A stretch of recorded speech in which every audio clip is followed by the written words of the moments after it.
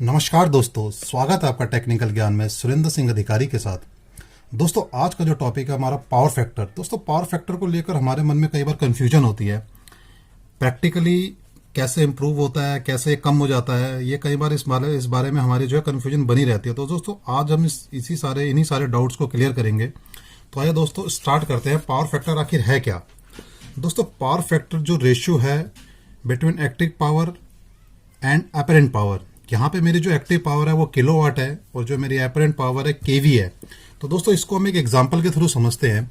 जैसे सपोज किसी सोर्स से, किसी ग्रिड से हम 1000 केवीए की पावर एक इंडस्ट्री को दे रहे हैं।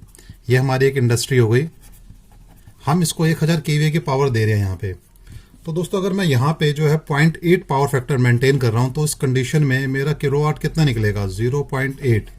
तो यहाँ पे जो मेरे निकलेंगे वो निकलेंगे मेरे 800 किलोवाट।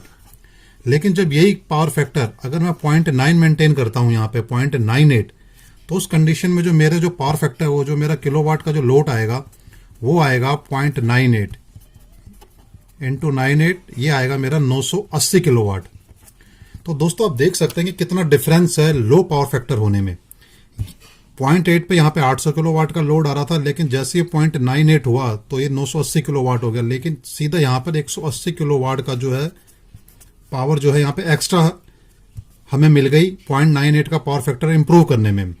तो दोस्तों, ये होता है मेन पावर फैक्टर इंप्रूव करने का फायदा। तो आइए हम इससे थोड़ा और डिटेल में समझते हैं। देखो दोस्तों, नॉर्मली 3 तरह के लोड होते हैं इंडस्ट्री में। तो आइए, इसके लिए मैंने डायग्राम बनाया दोस्तों। ये वो डायग्राम है। ये देखिए दोस्तों, यहाँ पे ये 3 तरह के लोड होते हैं: resistive load, inductive load and capacitive load. ये जो 3 तरह के लोड हैं ये इंडस्ट्री में होते हैं। हर आपको कहीं पे भी इंडस्ट्री में 3 तरह के लोड मिलेंगे। तो देखिए दोस्तों, रेजिस्टिव लोड में क्या क्या होता है। रेजिस्टिव लोड में अगर देखो, मेरे फैन आ गया, प्रेस आ गया, इंडक्शन प्लेट आ गया, हीटिंग एलिमेंट्स आ गए। कोई भी चीज़ जो गर्म होकर जो लाल हो रही है वो हमारे जो है रेजिस्टिव लोड में आती है। तो दोस्तों, यहाँ पे आप देख रहे हो वोल्टेज ब्लू कलर में और ये रेड कलर में करंट है। तो यहाँ पे देखिए, अगर मेरा रेजिस्टिव लोड होता है तो उस कंडीशन में यहाँ पे वोल्टेज और करंट की जो वेव फॉर्म है सीधा एक ही पॉइंट से उठती है।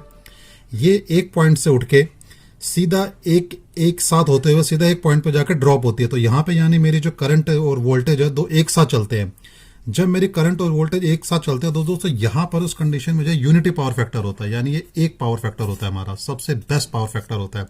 आप फ्रेजर डायग्राम में देखेंगे, देखिए एक ही फ्लो में जा रहे हैं हमारे करंट और वोल्टेज। तो ये हमारा दोस्तों हो गया रेजिस्टिव लोड।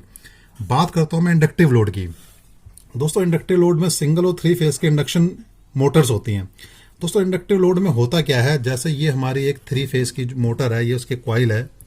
जब हम इसको वोल्टेज देते हैं तो दोस्तों, यहाँ पे जो है बैक ईएमएफ जो है प्रोड्यूस होता है ड्यू टू सेल्फ इंडक्टेंस। इस बैक ईएमएफ की वजह से यहाँ पे जो है हमारा जो करंट है वो जो हमारा जहाँ पे करंट है वो कम मात्रा में जो है, जो करंट जो है हमारा कम हो जाता है वोल्टेज के अकॉर्डिंग। तो यहाँ पे जो हमारे जो कम जो है करंट जो है कम इंक्रीज होता है वोल्टेज के अकॉर्डिंग, जिसकी वजह से जो हमारा जो है पावर फैक्टर जो है यहाँ पे जो लैग करता है।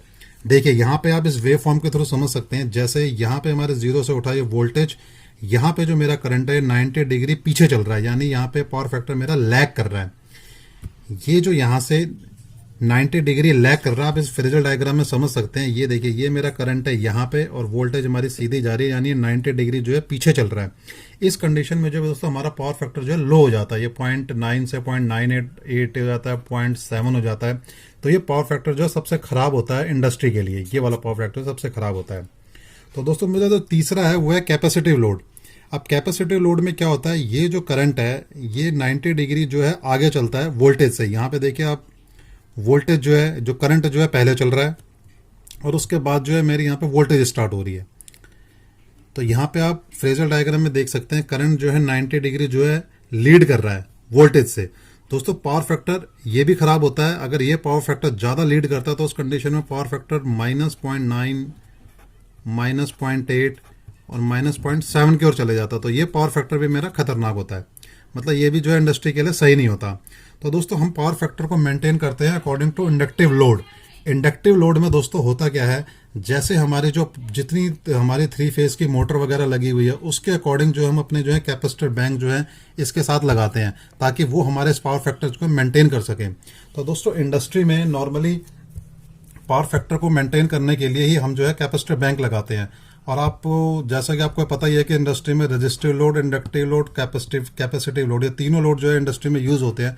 लेकिन जो सबसे ज़्यादा जो लोड यूज़ होता है वो होता है हमारा दोस्तों इंडक्टिव लोड। इस लोड को जो मेंटेन करने के लिए जो हम यहाँ पे कैपेसिटर बैंक लगाते हैं अकॉर्डिंग टू इंडक्टिव लोड के, यानी हमें कितना कैपेसिटी का कैपेसिटर बैंक लगाना है वो उसकी जो है लाइन पावर फैक्टर कैलकुलेशन पे डिपेंड करता है। तो दोस्तों ये थी पावर फैक्टर के बारे में कुछ जानकारी। उम्मीद है आपके सारे डाउट्स काफ़ी क्लियर हुए होंगे पावर फैक्टर को लेके।